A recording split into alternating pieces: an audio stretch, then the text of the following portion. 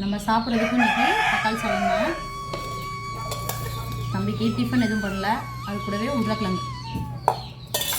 இதே மாதிரி நீங்களும் டைப் பண்ணி பாருங்கள். இப்போ நம்ம டேஸ்ட் பண்ணி பார்ப்போம். இன்றைக்கி மித்ருத் குக்கிங்கில் இன்றைக்கி லஞ்ச் பாக்ஸ் ரெசிபி தான் பார்க்க போகிறோம். அது என்ன செய்கிறோன்னு நீங்களே வீடியோக்குள்ளே வந்து பாருங்கள். இப்போ ஃபஸ்ட்டு அடுப்பில் கடாயை வச்சுட்டேன், குக்கர் வச்சுட்டேன். இப்போ குக்கர் நல்லா சூடாகட்டும். இப்போ குக்கர் நல்லா சூடாகிடுச்சு. 2 டேபிள் ஸ்பூன் அளவுக்கு கடலெண்ணெய் சேர்த்துக்கிறேன்.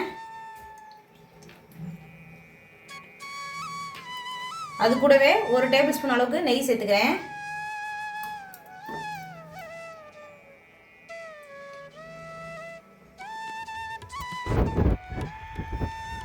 இப்போ எண்ணெயும் நல்லா மெல்ட் ஆயிடுச்சு. இப்போ நம்ம ஸ்பைசஸ்லாம் சேர்த்துக்கலாம். நான் வந்து 2 பட்டை, ஒரு அன்னாசிப்பூ, ஏலக்காய், பிரிஞ்சி இலை இந்த மாதிரி சேர்த்துருக்கேன்.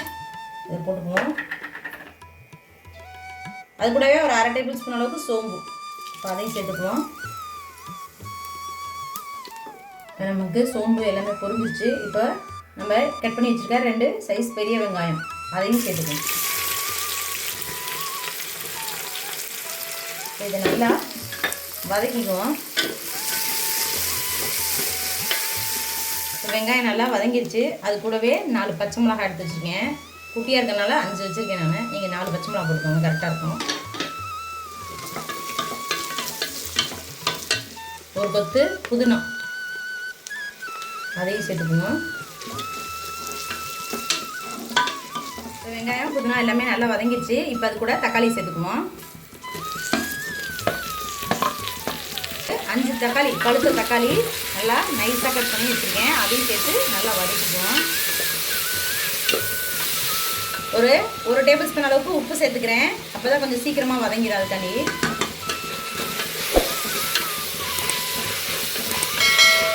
இப்போ இது எல்லாத்தையும் சேர்த்து நல்லா வதக்கிக்குவோம். தக்காளி நல்லா வெந்து வரட்டும். தக்காளிக்குலாம் நல்லா வெந்து எண்ணெயெல்லாம் பிரிஞ்சு வந்துச்சு பாருங்கள். இந்த ஸ்டேஜில் 1 டேபிள் ஸ்பூன் அளவுக்கு இஞ்சி பூண்டு விழுது சேர்த்துக்குவோம்.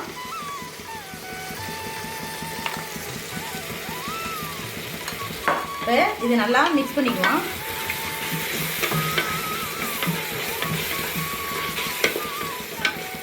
இஞ்சி பூண்டு நம்ம அரைக்கும் போது 1 டேபிள் ஸ்பூன் எண்ணெய் ஊற்றி அரைச்சி வச்சுக்கிட்டோம்னா 4 படம் கெட்டு போகாது. ஒரு வாரத்துக்கு ஒரு 10 நாள் வரைக்கும், 10 நாள்லேருந்து 1 மாதம் வரைக்கும் கூட ஃப்ரிட்ஜில் இது மாதிரி ஸ்டோர் பண்ணி வச்சுக்கலாம். நம்ம லைட்டாக எண்ணெய் சேர்த்து அரைச்சிட்டோம்னா இந்த மாதிரி இருக்கும். கலர் சேஞ்ச் ஆகாது, நல்லா வெள்ளையாகவே இருக்கும். இப்போ இது எல்லாமே நல்லா வதங்கிடுச்சு. இப்போ இது கூட ஒரு கொத்து கொத்தமல்லி தழை, ஒரு கொத்து கருவேப்பிலை நல்லா ஒரு கிளறி விட்டுருவோம். கூட ஒரு 1/2 டேபிள் ஸ்பூன் அளவுக்கு மஞ்சத்தூள் சேர்த்துக்குவோம்.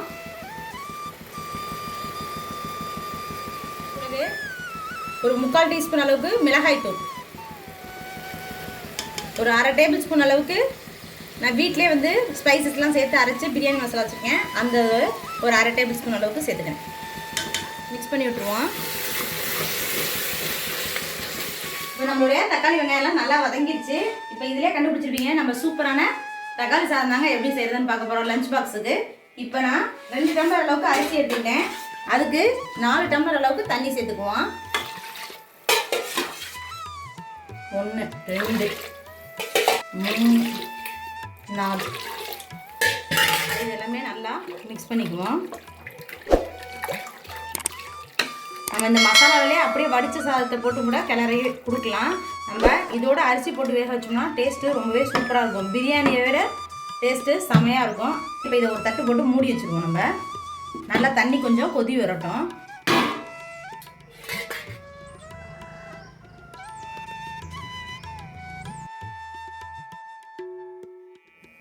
இப்போ 5 நிமிஷம் ஆயிடுச்சு. இப்போ தட்டை எடுத்துக்கோம். இப்போ நல்லா தண்ணி கொதிக்குது. இந்த ஸ்டேஜில் நம்ம ஏற்கனவே அரிசி எடுத்து ஒரு 1/4 மணி நேரம் ஊற வச்சுருக்கோம்.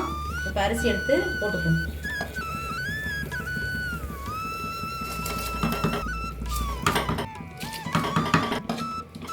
இப்போ அவ்வளோதாங்க. எல்லாத்தையுமே நல்லா ஒரு கிளறி விட்டு வச்சு தம் போட போகிறேன். அதுக்காண்டி இப்போ தட்டை போட்டு நல்லா மூடி வச்சுட்டேன்.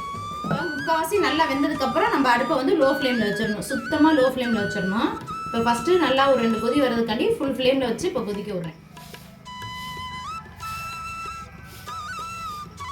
இப்போ 5 நிமிஷம் ஆயிடுச்சு. இப்போ நம்ம திறந்து பார்ப்போம்.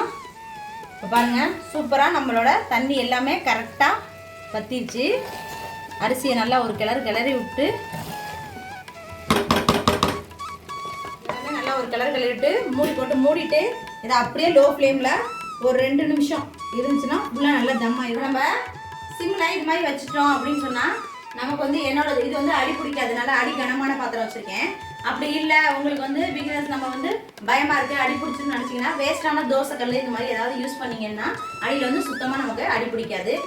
நம்மளுடைய தக்காளி சாதமோ இல்லை பிரியாணியோ எது செஞ்சாலுமே இந்த மாதிரி நம்ம வந்து குக்கரில் செய்யாமல் இது மாதிரி நல்லா ஃப்ரை பண்ணிட்டு தம் போட்டு செஞ்சோம்னா டேஸ்ட்டு உண்மையாகவே சூப்பராக இருக்கும். அது நல்லா ஒரு 2 நிமிஷம் ஆயிடுச்சு. இப்போ நம்ம ஓப்பன் பண்ணி பார்ப்போம்.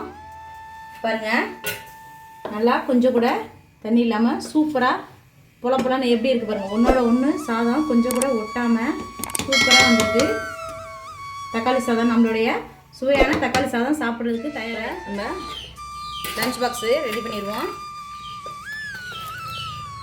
சாதத்தை ஒரு பரட்டி விட்டு அப்படி டிஃபன் பாக்ஸில்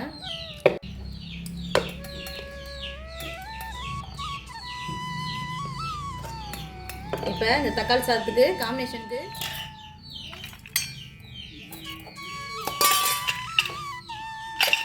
அவ்வளோதாங்க. நம்ம இன்னைக்கு லஞ்ச் பாக்ஸ் ரெசிபி தக்காளி சாதம் உருளைக்கிழங்கு வறுவல்.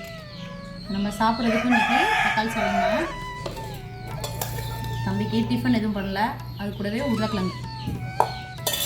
இதே மாதிரி நீங்களும் டைப் பண்ணி பாருங்கள். இப்போ நம்ம டேஸ்ட் பண்ணி பார்ப்போம். டேஸ்ட் அப்படியே பிரியாணி மாதிரியே இருக்குங்க. சூப்பராக இங்கே பாருங்கள். சாதம் கொஞ்சம் கூட ஒன்றோட ஒன்று ஒட்டாமல் எப்படி உதிரியாக இருக்குன்னு பாருங்கள். இதே மாதிரி நீங்களும் ட்ரை பண்ணி பாருங்கள். மித்துரத்து குக்கிங் சேனல் பிடிச்சிருந்தா லைக் பண்ணுங்கள், ஷேர் பண்ணுங்கள், மறக்காமல் சப்ஸ்கிரைப் பண்ணிடுங்க. தேங்க்யூ ஃபார் வாட்சிங்.